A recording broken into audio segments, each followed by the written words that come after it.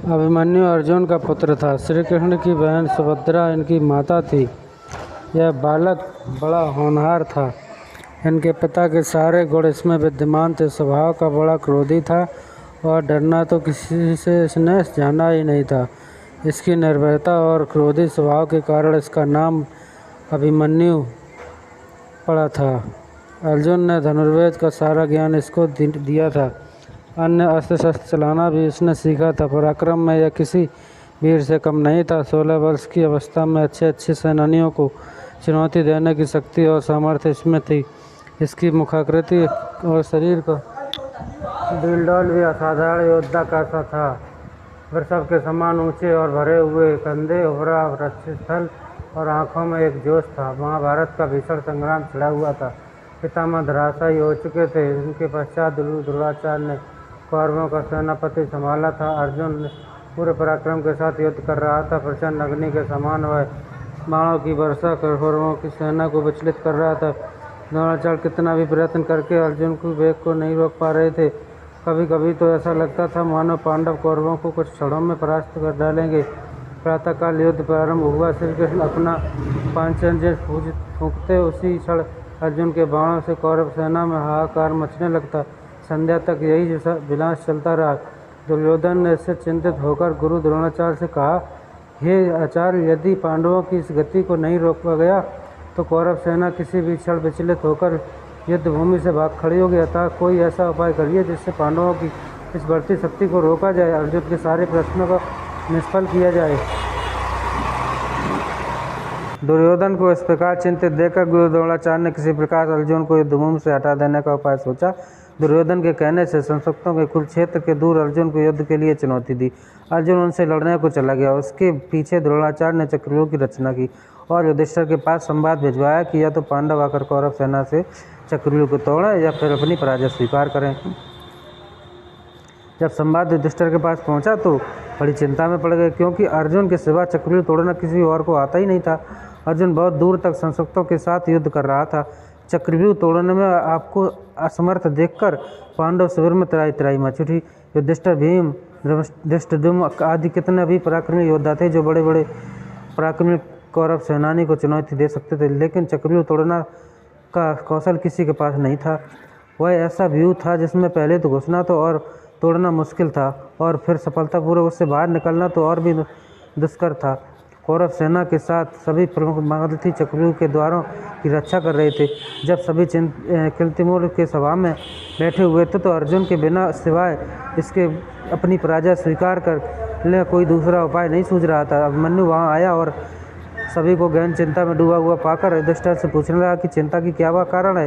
युधिष्ठिर ने सारी बात बताई। यह सुनकर वीर बालक अपूर्व आस के साथ बोला, और आपके लिए चिंता न करें। दुष्ट कौरवों का यह षड्यंत्र किसी प्रकार सफल नहीं हो सकेगा। यदि अर्जुन नहीं है तो उनका वीर पुत्र अभिमन्यु तो यहाँ है। वह दुर्योधन की चुनौती स्वीकार कर लीजिए। मैं चक्रव्यूह तोड़ने के लिए जाऊँगा। अभिमन्यु की बात सुनकर सभी को आश्चर्य होने लगा। एक साथ सबके नीचे गर्दन ऊपर उठ गई। फिर भी युधिष्ठिर ने उसे अभिमन्यु की नादानी ही समझी और उन्होंने पूछा, बेटा, तुम्हारे पास इतना के सिवा कोई चक्रव्यूह पिता के सिवा कोई चक्रव्यूह वेदना नहीं जानता है, फिर भी तुम कैसे भेज सकते हो? हाय अर्जुन, तो होता तो अपमान नहीं सहना पड़ता। संध्या काल भी गांडीव धारी आज नहीं आ सकेंगे। अगर यह सेना जिसको लेकर प्रचंड वीर अभी तक युद्ध करता रहा है अपने अस्त्र डालकर कौरवों की पराजय स्वीकार कर लेगी। हाय हाय क्रूर विधाता।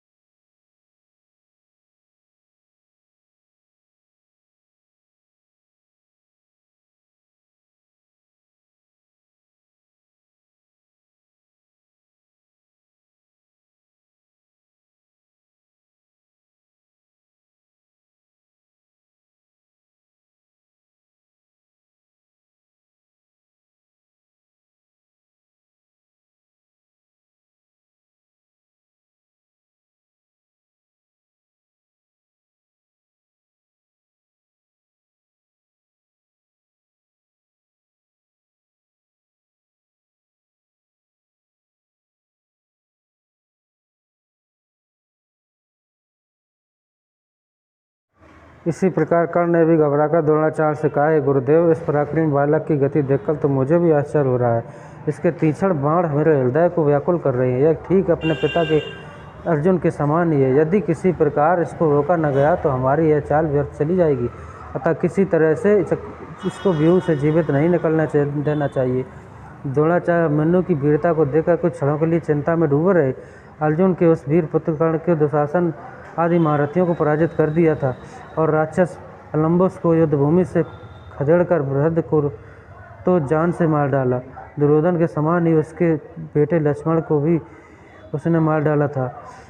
बड़े बड़े शूरवीर खड़े देखते रह गए और वह प्रचंड अग्नि के लपट की तरह सबको भस्म करता हुआ चक्रव्यूह को तोड़कर अंदर घुस गया।